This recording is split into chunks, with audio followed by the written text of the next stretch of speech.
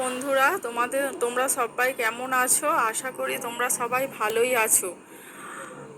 আজ আবারও চলে এসেছি আপনাদের সঙ্গে নতুন রেসিপি শেয়ার করতে। আজ আমি বানাবো কলমি শাকের ঘন্ট।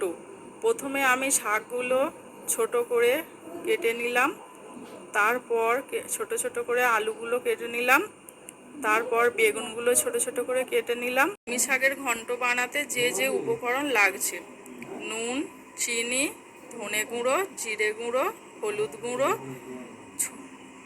ছোলা ভেজানো, বড়ি, পাঁচফোড়ন, তেজপাতা, শুকনো লঙ্কা আর চন্দুনি। কড়াটা গরম হয়ে যাওয়ার পর কড়াইতে দিয়ে দিলাম সর্ষের তেল। তেলটা গরম হওয়ার পর দিলাম তেজপাতা, শুকনো লঙ্কা, পাঁচফোড়ন, তারপর দিলাম আলুটা ভালো করে ভেজে নিয়ে তারপর বেগুনগুলো দিয়ে দিলাম। বেগুনটা দিয়ে ভালোভাবে ভেজে নিয়ে শাকটা দিয়ে দিলাম। শাকটা নাড়াচাড়া করে তারপর দিলাম হলুদ গুঁড়ো, লঙ্কা গুঁড়ো, ধনে গুঁড়ো, জিরে গুঁড়ো, স্বাদ মতো নুন ও চিনি।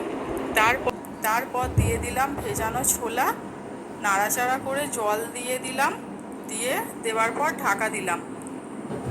কিছুক্ষণ খোলার পর ওর মধ্যে দিয়ে দিলাম ভেজে রাখা বড়ি আর দিলাম চন্দুনি বাটা, দিয়ে নাড়াচাড়া করে নামিয়ে নিলাম। এই ছিল আমার আজকের রেসিপি।